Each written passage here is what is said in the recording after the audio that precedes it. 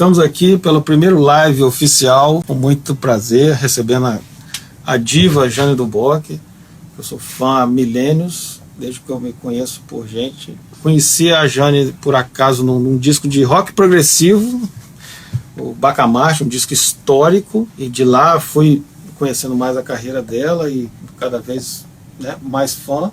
E sempre querendo trabalhar, chamar ela para cantar alguma música. Eu comecei a produzir novela, a gente teve algumas tentativas, mas não era o estilo dela. Então, semanas atrás eu consegui realizar o sonho dela cantar e acabou que foi uma música minha, a melodia minha com a letra do Vladimir Pinheiro. Então, assim, fechou com chave de ouro, foi bom demais. Soltei fogos e champanhe. Muitos anos. E porque eu acho que ela, não é porque eu estou na presença dela, mas é uma das melhores cantoras do mundo, para mim, com certeza. E tem, né, discos aí que comprovam isso, que as pessoas, todo mundo, os críticos, os artistas e Companhia Limitada. E ela sugeriu também uma pessoa que eu não conhecia de nome, já tinha ouvido falar, mas foi muito legal também, o Márcio Lotti, né? Eu falei com ela, eles estão querendo um dueto. Aí, falei, se você tiver alguém para indicar, na hora a gente estava numa correria, e ela conseguiu no mesmo dia, né? A gente combinou de manhã, e ela ligou para o Márcio Lotti, e aqui já teve a gravação à noite, e foi muito legal, assim, foi também uma noite maravilhosa, que todo mundo curtiu demais, e o resultado passou hoje. A gente estava aqui conversando, a gente nem assistiu a novela, nem sei como é que passou, como passou, depois a gente vai assistir com calma, mas foi a estreia hoje da música, que teve o clipe lá na novela, tema do Josué Aruna, e eu estou falando mais do que devia, porque quem deveria falar foi ela. Então vamos falar aquelas perguntas tradicionais. Como que a música surgiu na sua vida? Bom, eu nasci numa família muito musical, tanto da parte assim de mãe, como de pai também. Então eu tinha avô maestro, o outro avô violonista. Meu pai tinha um trio que era, na verdade, amador, mas ele tocava bateria, cantava no trio dele diariamente, que ele é médico, mas tinha em casa esse trio, que é um fenômeno do Nordeste, né? Aquela coisa de tantã, violão, e eu ficava pequenininha embaixo do sofá, ouvindo, né? E aí meu pai me botou para estudar violão. E meu primeiro professor de violão foi o Américo de Holanda, que é o pai do Hamilton de Holanda, por coincidência. Então eu cresci fazendo conservatório, eu gostava de música, achava que música era sinônimo de harmonia entre as pessoas, porque todos os dias minhas portas da casa abertas, chegava gente, cantava, todo espetáculo, digamos, internacional, assim, acabava tudo lá na minha casa. Né? Minha mãe era professora de inglês, aí eu vivia aquela festa diária na minha casa e sem querer, sem planejar, quando eu vi eu estava trabalhando com música e ganhando a minha vida com música. Você já nasceu no mundo da música, né? A música não entrou num momento. Não, sem planejamento, eu queria ser psiquiatra de adolescente. Que eu achava esse tão povo bonito. É muito maluco, estão precisando de alguém para cuidar. Que eu achava muito incrível a transformação de uma criança para um adolescente. Sim. O braço era maior que não sei o quê, um bigode de um lado, do outro não, e os gestos não acompanhavam a cabeça, aquilo tudo. Eu já moça assim, olhava, gente, que fase difícil que você define um futuro. E eu disse, eu vou estudar psicologia, estudei, mas não consegui me formar. Até hoje eu estudo, adoro psicologia, e acho que é uma fase muito importante na vida de todo mundo, assim, essa coisa de ser adolescente. Muita transformação, muita contestação, né, com os pais, por exemplo, quando eu vejo os pais com filho adolescente, eu falo, meu Deus, esse cara vai passar um pouquinho. Porque não tem, é quase 100% dos adolescentes, quando chega os adolescentes querem contestar tudo, eu que sei, o mundo está todo errado. É uma característica já. E eu conheci até uma pessoa que é muito interessante, que o pai dele tinha uma total tranquilidade para lidar com essa situação, e ele estava lá cabeludo, todo hippie, não sei o quê. E no almoço assim da família, o tio dele chegou já cutucando, falou com o pai dele assim, você não vai dar um jeito nesse moleque não, você é esse cabelo grande, e não sei o quê. Aí o cara continuou almoçando assim, isso passa, não esquenta não. E realmente o cara, a pessoa hoje é uma pessoa que você pode considerar completamente do padrão, do formato, e nada de contestador, nada. É interessante quando você sabe como lidar, né, com essa. Não adianta também você querer fazer, deixa passar, deixa ali, deixa que daqui a pouquinho vai estar tudo nos conformes. A gente fez um levantamento aqui, a gente nem conseguiu saber, porque são muitas músicas que ela já cantou em novela, em torno de 8 músicas, de 8 temas de novela. E discos, quantos discos? Já 30. Perdeu a conta? 30 20 e tantos discos e algumas coletâneas, ao todo uns 30. Tem aquele saxofonista, o Jerry Mulligan, isso. Que é sensacional, um disco sobre música brasileira, né? Foi uma história interessante, que eu fazia uma turnê na Itália com o Toquinho, e o Toquinho, muito generoso, ele deixava eu abrir a segunda parte tocando músicas minhas, assim. E aí, quando acabou esse show em Milão, subiu no palco um cara muito magro, com um terno lindo, assim. Eu olhei, porque eu tinha discos dele, eu adorava jazz. Aí ele, I wanna make a record with you. Ele falou. Nossa. Falei, are you Jerry Mulligan? Yes, you wanna make a record with me? Foi durante o show, depois acabou o show, ele subiu, né, e falou foi aonde? isso. Foi aqui no Milão. Nossa. Na Itália. Aí a gente ficou namorando. Você vê que tinha fax, não tinha nem internet. Ele passava as músicas e eu fazia as letras. Aí finalmente chegou o dia, a gente gravou e nós estávamos já no segundo para gravar quando ele foi embora.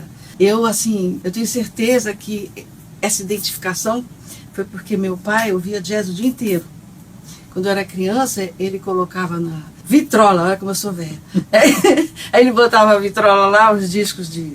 Em Natal, a base naval de Natal, tinha muito americano na época. Então eles compravam aqueles long plays e tal.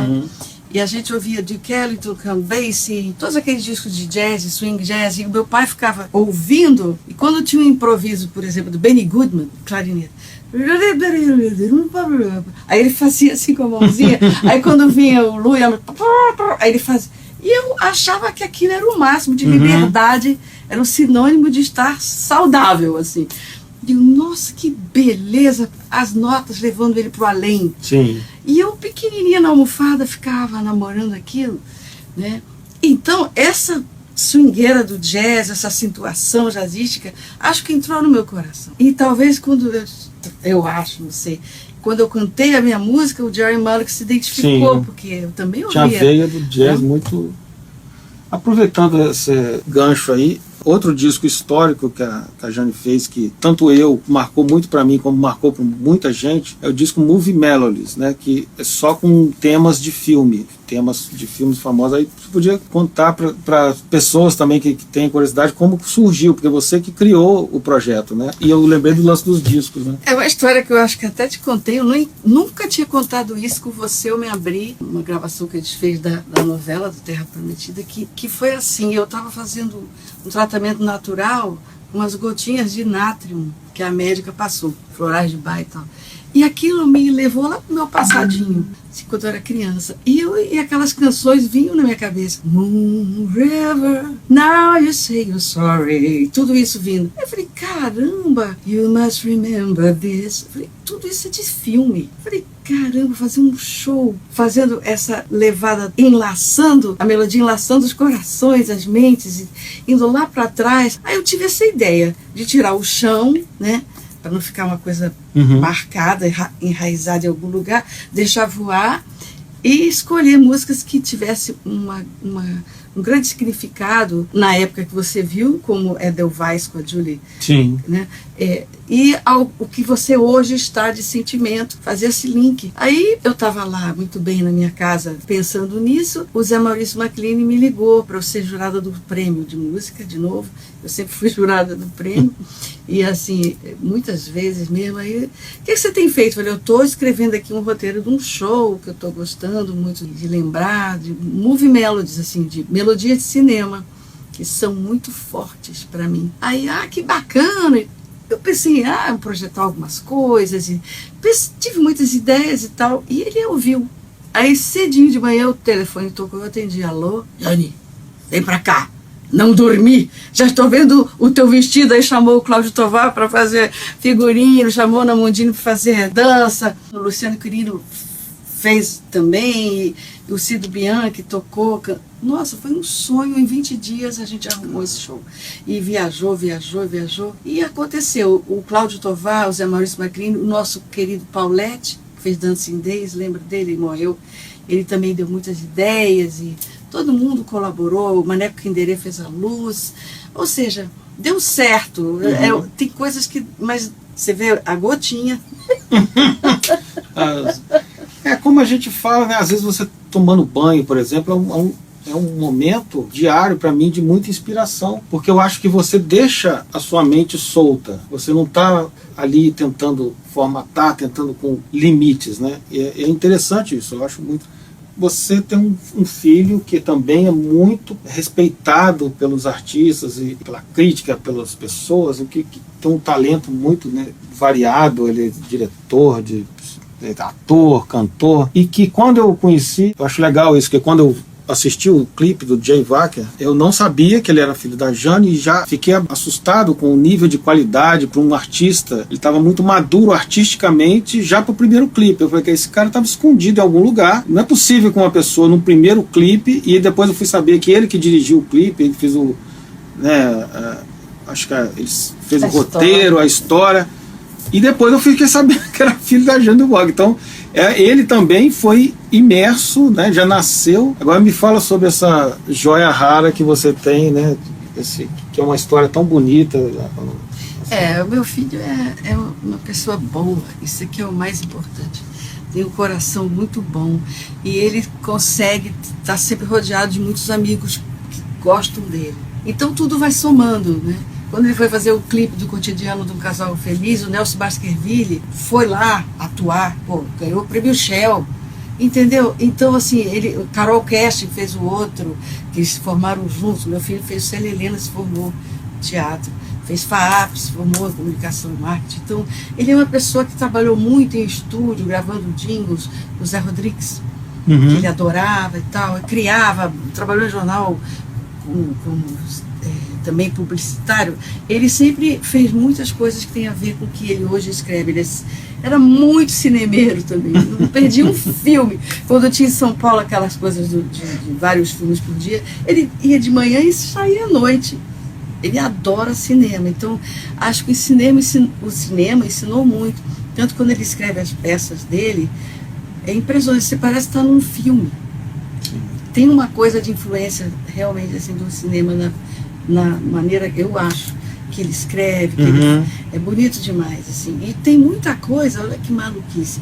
Eu tenho uma professora de psicanálise, é a Sara Buzak, que ela estudou todos os personagens para auxiliá-lo na construção dos personagens. Todos os artistas, Pucaça foi lá, todo mundo, né? O Paulinho Serra e tal, aí falaram sobre alucinação, sobre delírio, que era essa peça dele. E ela disse, esse cara é psicólogo? Não, ele não é. Mas talvez por eu sempre ter criado ele falando muito sobre psicologia. E eu lia tudo do Bruno Bettelheim, eu adorava. E seu filho de 6 anos, seu filho de não sei quantos anos, seu filho. E falava e conversava muito. Ele tem uma total liberdade de criação, ele é muito criativo. E em casa mesmo a gente sente que é uma pessoa que quer todo mundo bem, que quer todo mundo feliz. E ele tem muitos amigos. Todo mundo que toca com ele tem paixão pela música dele, tem amor. Ele tem um fã-clube chamado Mundiça. Eles têm amor por ele.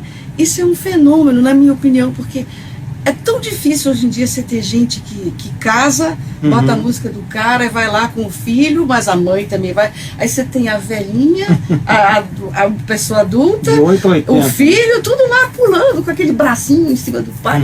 Alguém sabe disso? O que é isso? É um negócio doido. É muito legal.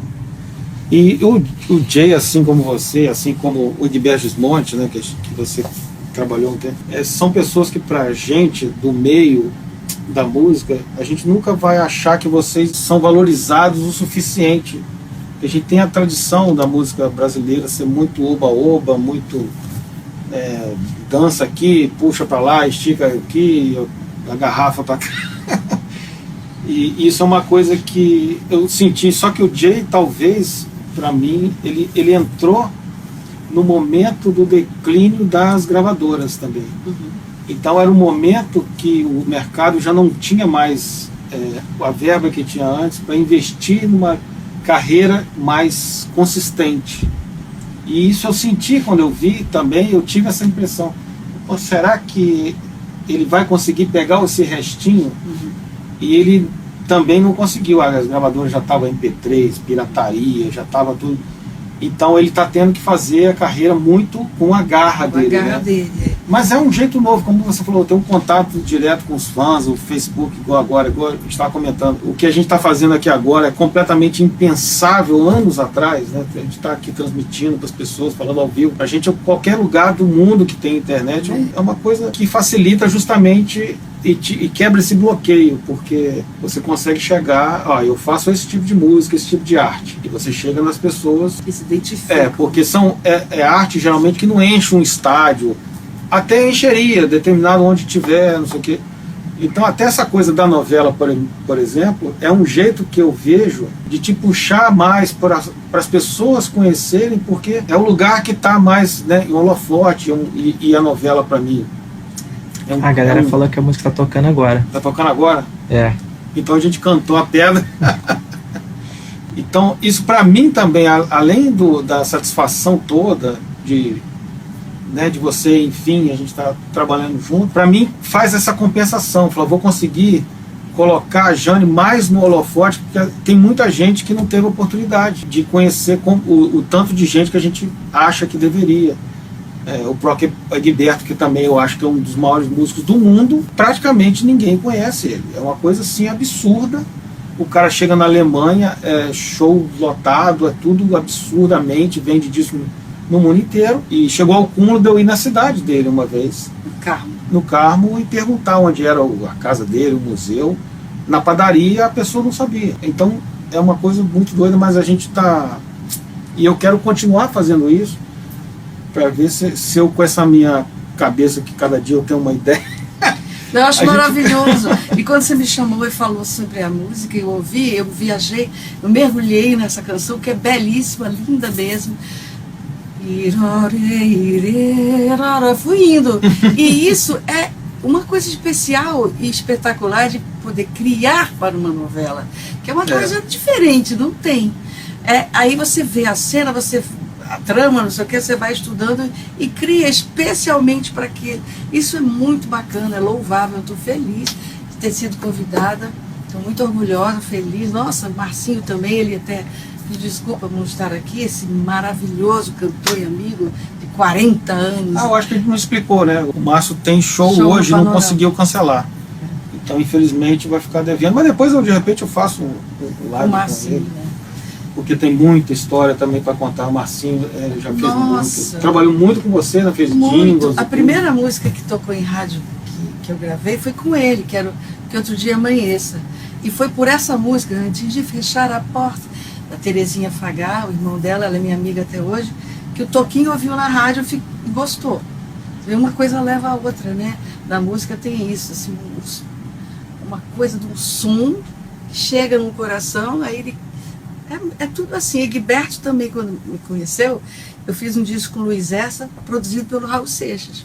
Aí, isso também. Que a minha letra foi censurada, eu ia ser presa. Essa história é muito legal. Né? Você vai com aquela jaqueta preta, eu vetou tudo. Eu falei, mas por quê? Não, tá falando em lixo, mas peraí. Aí o Raul, fica quieto, senão você vai parar na prisão. Aí eu falei, então tá bom, então tira a letra. Aí eu cantei em sketch, assim. E aí era em 7x4, aquela coisa de jovem querer ser diferente. Né? Aí o Egberto ouviu, porque o Luiz Essa mostrou, falei, quero que ela trabalhe comigo. Foi assim. Aí eu comecei a cantar com o Egberto. Quer dizer, você vê como o som, tipo de música, e que hoje, como você estava falando, como é importante você dar um clique e o mundo te ouve. Nossa, antigamente era uma dificuldade alguém te ouvir. Mas você, uma vez, teve uma pessoa que tinha o segredo e ela te contou. Então agora você vai contar pra gente o que aconteceu, o seu vizinho. Meu vizinho bem bom, com um som desse tamanho daquela época. Eu nem conheci ele direito. Como vai, senhor? Deixa eu ver nem o nome. Eu preciso conversar sério com você. Mas não, pode entrar. Aí ele botou meio da mesa. Pum! Olha, você não faz muito sucesso porque você está cantando a música errada. Ouça isso aqui. Aí começou a mostrar uma a uma. Eu era uma pessoa muito simpática, muito boazinha, tinha excesso de compaixão. Agora eu estou jogando uns chips de compaixão fora. E ele foi mostrando cada uma pior que a outra. Minha mãe apareceu no corredor com os olhos aí. Que isso? Desgraça. Ele não ia embora nunca mais. Eu disse, você gravar essas músicas, você vai fazer sucesso. Muito obrigada, eu vou pensar essas coisas acontecem. É isso, as pessoas não imaginam, né? A quantidade de ideias que as pessoas te dão. Eu posso ter te dado algumas ideias absurdas também. Mas tem cada história assim que as pessoas, de música que as pessoas dão, porque tem realmente, é uma criação da pessoa, né? A pessoa fica empolgada com aquilo e, assim como a gente, acha que aquela música vai estourar, que vai... E aí chega, às vezes tem acesso a você no camarim, tem não sei o que, o cara que morava do seu lado, não, eu tenho uma solução, ela vai explodir no mundo com a minha música, e o cara não é músico, não sabe tocar direito, não sabe nem por onde passou, nada, a música não tem nenhum refrão e, não, isso aqui é o que vai... É uma viagem, né? Você estudou música nos Estados Unidos, como é que você vê essa diferenciação, pode ser até na música também, de morar nos Estados Unidos e morar no Brasil, como é que é isso, sua experiência? Bom, há uma grande diferença, porque lá o ensino fundamental é gratuito, você estuda até a fase da faculdade, na universidade. Se você chegar à universidade fazendo algo pela faculdade, eu jogava vôlei e cantava na banda de jazz.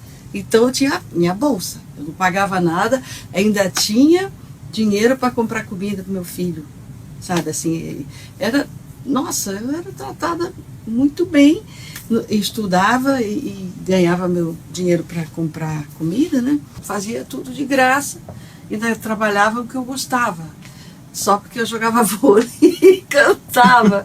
Aí eu falei, gente, que maravilha, né? Meu filho tinha escola gratuita, o ônibus vem buscar, né? Se você tem um filho de 7 anos e ainda estiver na escola, eles sabem, e eles vão te dizer, essa família está maluca, tem que ir para a escola. Então é muito legal, e a gente tem que tirar o chapéu, dar o braço a torcer. Um ensino fundamental bom garante que você, né? Claro que você vai conseguir fazer uma faculdade com um pouco de base.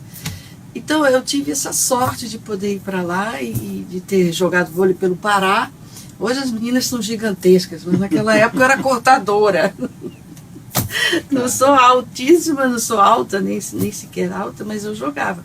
E foi muito boa a experiência, fui muito respeitada, tive muitos professores legais, Mr. Vendegeist, que era do Mantini, trombone, até hoje ele se comunica comigo, e gente maravilhosa, assim, eu fui feliz ali, muito feliz mesmo. Então é o seguinte, você está vendo algumas perguntas aí? Música tá tocando na novela, assistindo a novela e vocês. Tem uma galera aqui falando com vocês. Caramba, a gente atrapalhou o pessoal assistir a novela. E o nosso também vai ficar aqui, né? Vai ficar ao vivo para reassistir. Vocês me desculpem pela minha falta de experiência, você também. Mas eu prometo pegar no tranco daqui para frente, fazer mais. Porque é uma coisa. Eu adoro conversar assim, com artistas. E inclusive, uma coisa que. Eu tenho eu fui muito tímido, então ainda tem essa coisa com câmera.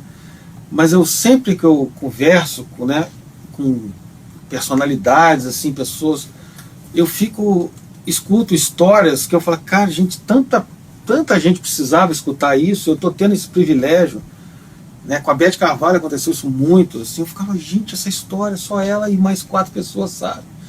Então, as pessoas sabem, conhecem a música, mas a pessoa, né, o lado pessoal, às vezes é tão rico quanto o lado artístico.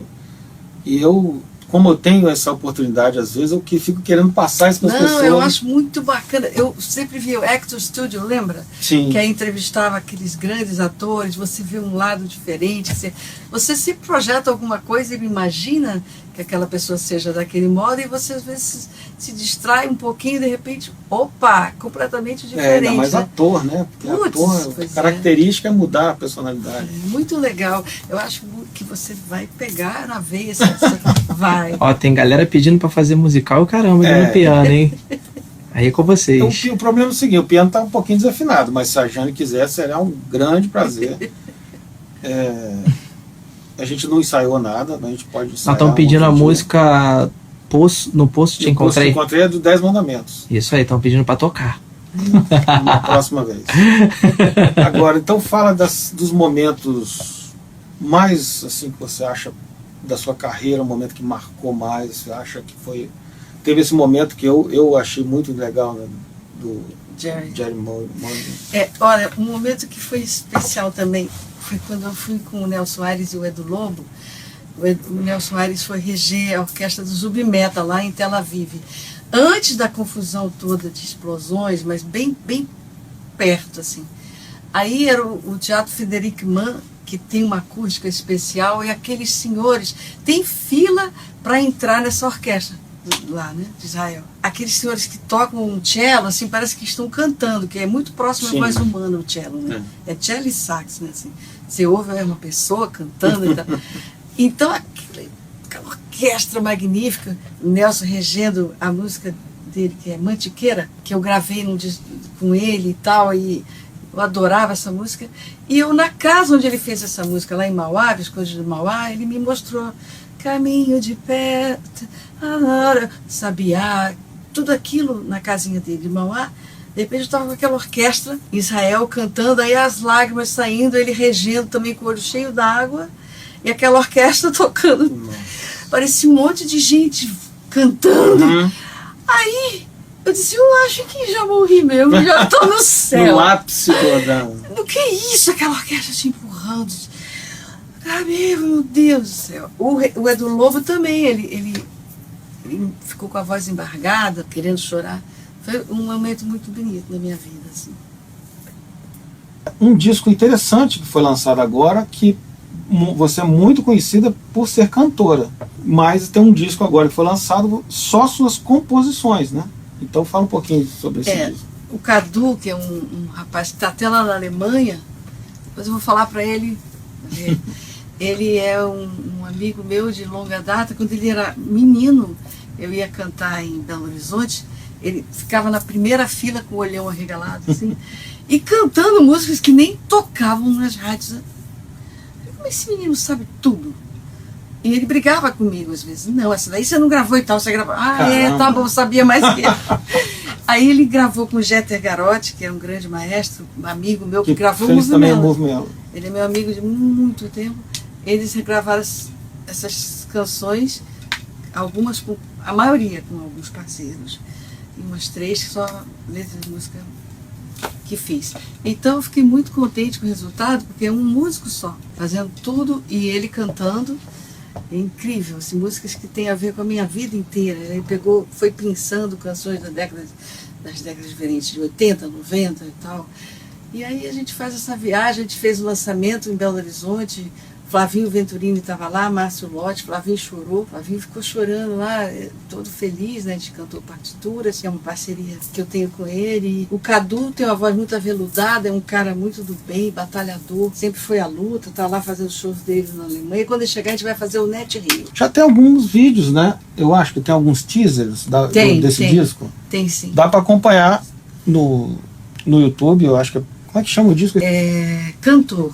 Então, mais uma dica. Eu vou colocar o link todo depois do Movie Melodies, do Bacamarte, porque hoje em dia, né, tem tudo no YouTube, 3 clicadas vocês acham. Do Jay.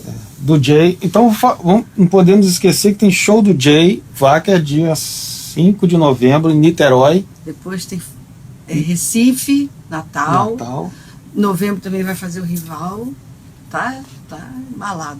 Agora também... ele está candidato, está sendo candidato do Grammy. Está concorrendo ao Grammy. Ele é concorrendo ao Grammy Rock brasileiro, em língua portuguesa. E quem gravou, né, o Bug, está concorrendo também no trabalho do disco dele, melhor produção, mixagem. Canções de Exílio, Esses dois têm uma parceria longa. Ele já foi indicado com o Bigo Bunker, que é o disco anterior Agora eu tenho tá indicado de novo.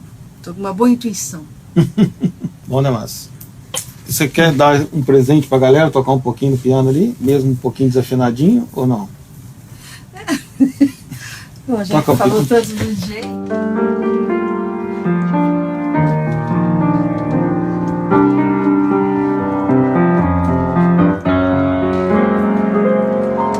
Será que pega a voz? Pega. Tocava aquela música que era nossa cara. Quis saber como você estava, sentia a sua falta. Bem que você podia me ligar. Como vai, o que tem feito? Disfarçaria para não dar nenhuma palheira. Não fingi que está tudo certo, que a minha vida continua da mesma maneira. Mas o tempo que era tão pouco é sempre perto. Faz um deserto, já sei que as flores e plástico